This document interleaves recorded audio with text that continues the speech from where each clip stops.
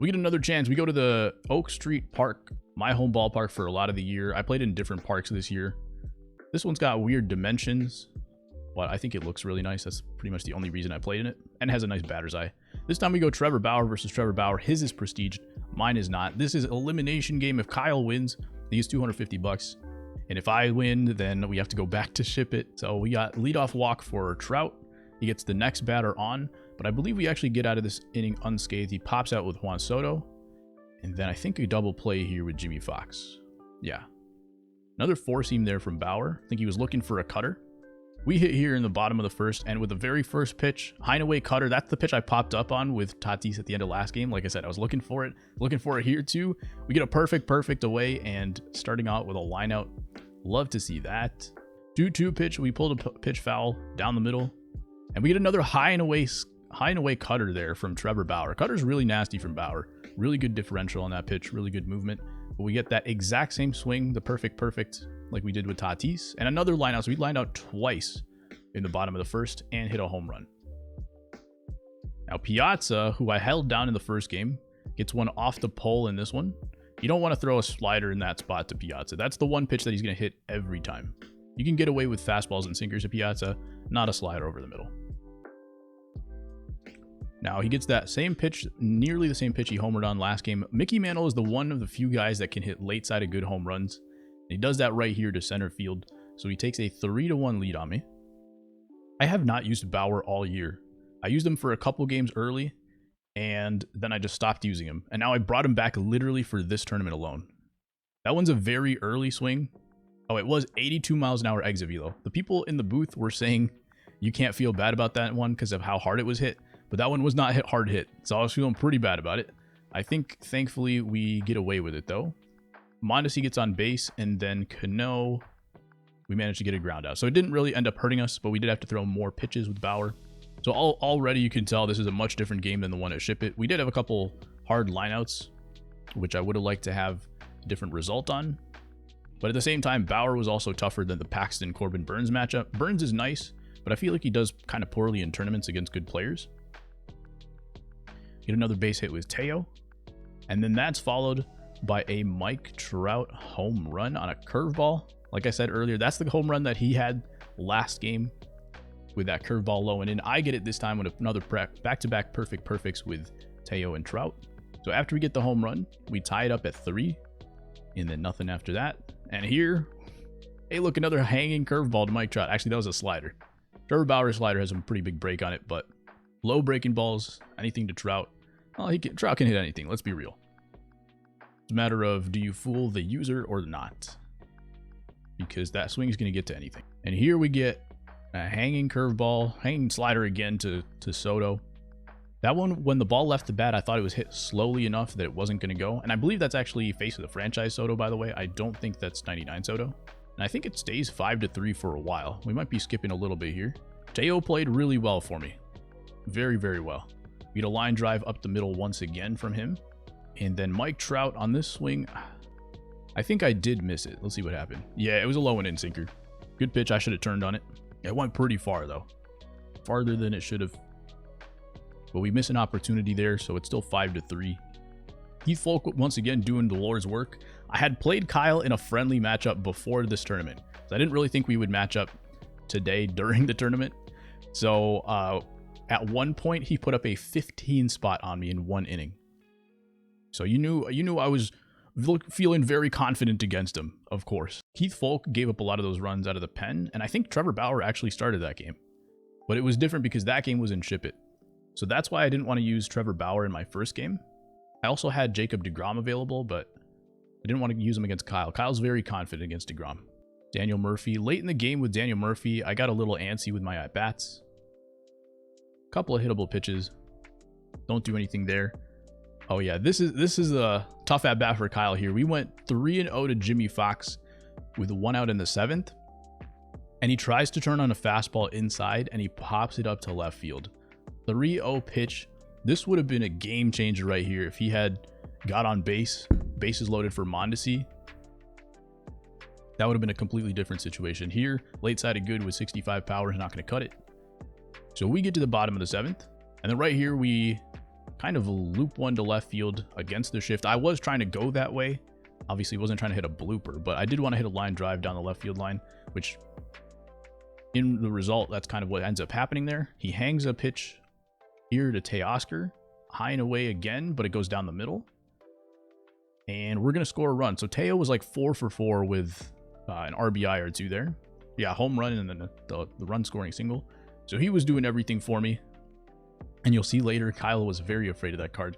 Mike Trout comes up 3-0 pitch. He doesn't want to mess with Trout. I got a check swing. And we're going to take a walk there. And Robinson Cano comes up lefty, bottom of the 7th. 0-2 pitch. Fly out to left center. We had an opportunity again. That's, I think, 2 innings in a row or 2 out of the last 3 innings where we had 2 runners on, 2 outs and couldn't capitalize. Just needed 1 little base hit there. Kinsler once again comes in. This time has better results. I believe doesn't give up a run for me. Does give up a base hit, but then he forces a pop out from Adam Dunn to left field on a pitch that was pretty much down the middle. So got away with that one. And we head to the bottom of the 8th. So again, 250 on the line. Kyle's trying to lock it down. He's had a couple of situations in these tournaments where he's blown leads late. Had some unfortunate situations that he couldn't really control. So he's feeling pressure for sure. I know I can come back with 1 swing. So I'm just trying to continue to have good at-bats. We saw me hit that cutter last game with Carlos Correa. Doesn't happen here. We get a ground out and then a fly out. So we got 1 inning left to get work done. We get Raleigh Fingers on the mound, and I'm pretty sure it's a quick 1-2-3 for him in just under 10 pitches. Actually, 10 pitches exactly. So Raleigh makes some nice pitches. We're going to the bottom of the 9th. Brandon Belt comes in off the bench. He's a gold card because on the bench you can only have golds, and he goes perfect. Oppo Taco to tie it up in the 9th inning. That's what you love to see. And we finally get a hit off of Mariano. Breath of relief. The commentators were going wild for these games. It was insane. So much fun to be a part of. Fly out on a pitch down the middle. Okay, so this is what I was saying earlier. We get 2 outs here in the bottom of the 9th. There's 1 person Kyle doesn't want to beat him. Immediately, intentional walk. Then you got Trout behind him. We saw him work around Trout last time when Teo got a base hit. So I was trying to be a little bit more patient here. We did foul off a pitch out of the zone. Staying alive. 1-2 count to Mike Trout. He wanted to work around Teo to get to Trout. So I knew I'm pretty good with Trout, as most people are. Might be one of the best cards in the game, if not the best card in the game. 3-2 pitch, full count now. And he walks me. Now we got Robinson Cano. 0 for 4, but we've had some crazy good swings with him throughout the day. That one goes a little bit foul. Could have walked it off there. And then we have an absolutely fantastic swing, and the ballpark takes it away. And I chose the ballpark, so I can't be mad. The ballpark takes it away there. If that's chip it, of course that's a home run. Unfortunately, it's a fly out to center field. Kyle takes a break at this point. He needs to relax a little bit. Nick Anderson comes in. We get a double.